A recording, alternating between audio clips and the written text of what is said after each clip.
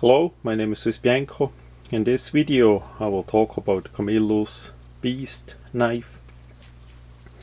We're gonna do an unboxing of the second one. Walmart had again a package deal on the camillus. Sometimes I really wonder how amazing it is in USA. So one of those camillus beast together with one of the camillus carnivore machete long blades was for sale in USA for $15 as a set. 15 with free pickup at the local Wally store. So if you look it up at the prices for the camillus beast and the carnivore, that's a heck of a deal. And with tax and to pick up at the local Walmart, that was $16.05. $16.05. It's absolutely amazing. So let's go back to the camillus beast. That's how the box looks like. We have the model number 19101 camillus beast. We have a bit information on the side. The original camillus company is of course gone. That was taken over from a different company. Camillusknives.com is the website. This one is titanium carbon nitride coated. That's just a black coating. They hype the coating as something special. There we have the address as well. It's now under the ACME United Corporation. This one is made in China using Japanese vg10 steel, and that is really a good steel if it is heat treated correct.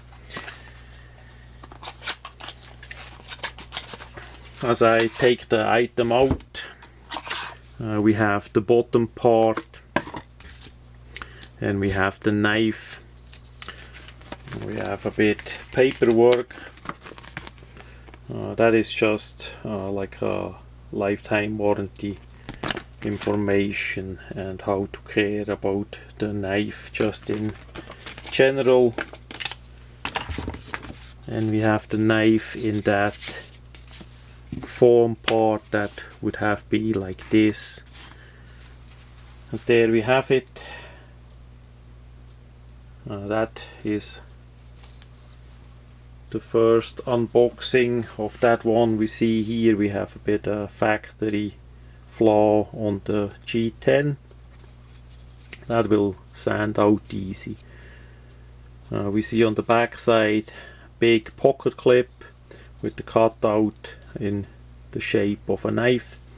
The pocket clip is held with 3 screws, can be taken off and put down in this position. So you have tip down and tip up carry.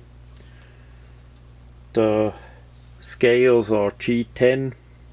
Looks a bit like my Carta, but it is G10, and it's nicely rounded off with the machine. There are no much sharp edges on the G10. It's pretty nicely done. We have on top a small flipper. I needed to adjust the other knife that I could actually flip it open like that. That's maybe me. The blade pretty much uses the whole length of the handle, so we have a very good size of the blade to the handle ratio. It's like 5mm longer handle. That is really nice. It of course uses a traditional liner lock. The liner is not too thick and not too thin. Looks pretty good for what it is. Then the flipper, once the blade is open, has a function as a bit of extension of the guard. You have a lot of guard here, so as for the fingers, that is pretty good there. Lockup is tight on those two samples. The liner lock is pretty good adjusted as well, that can vary. Then we have that titanium nitride coated blade. That is just additional layer of coating on the blade there to give it that blackish look. So far on the other camillus knives that I have with that coating, that did hold up really well, pretty good, so that works. We have that long cutout here on the blade. I'm not sure if that is good.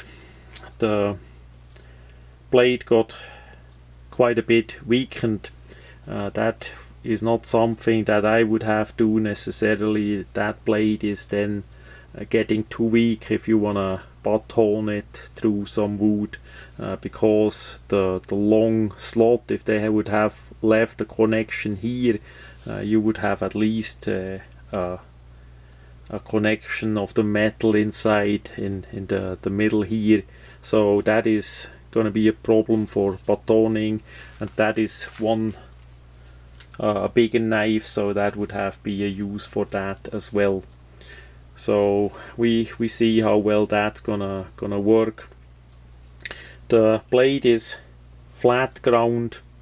The angle of the cutting edge is relatively steep, so that's not gonna be a really good cutter. Out of the box, the sharpness was not too great either. The Chinese did not spend too much time on a good sharpening, but because it's simply straight, and then the straight part here of the tanto shape, that is easy for pretty much everybody to resharpen yourself. It's also more on the coarse side of the sharpening, the stone that they used for sharpening, or the belt grinder, whatever they use there in China.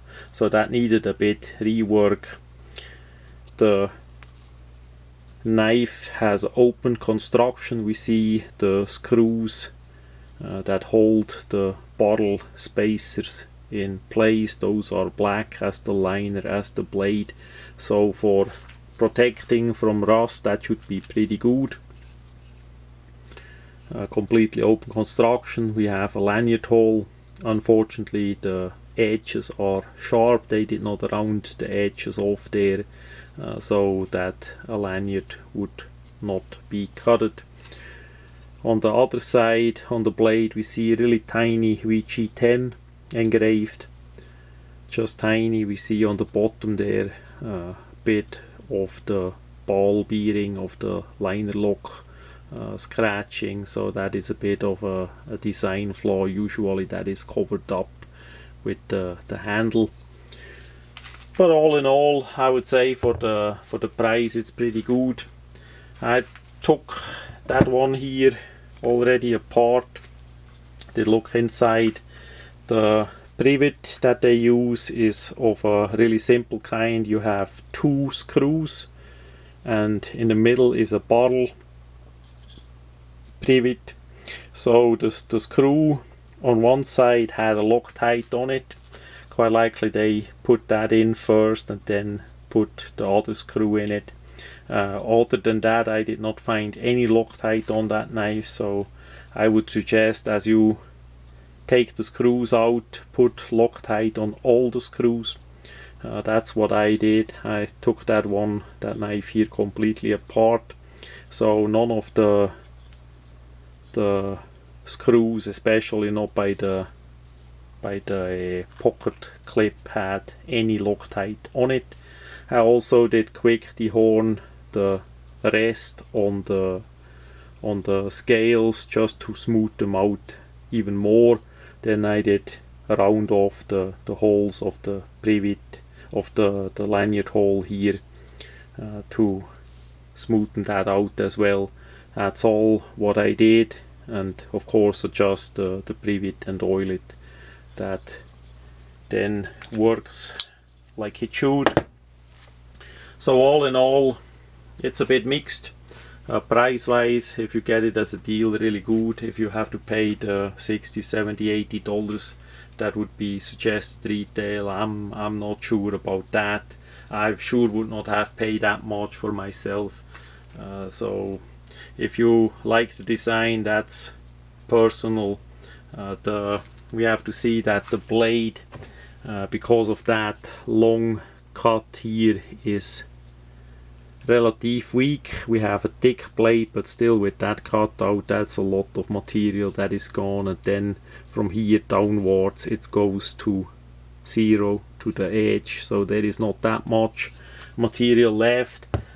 For the bigger size of the knife, that would have been a good stronger tool, but with that cut out on the blade, it's of course a bit less strong.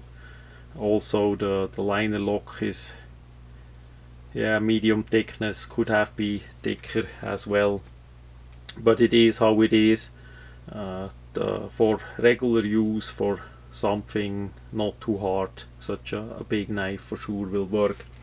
I'm gonna carry it for a while, test it a bit out, and then I'm gonna post some feedback in the description. So that much about the Camillus Beast folding knife.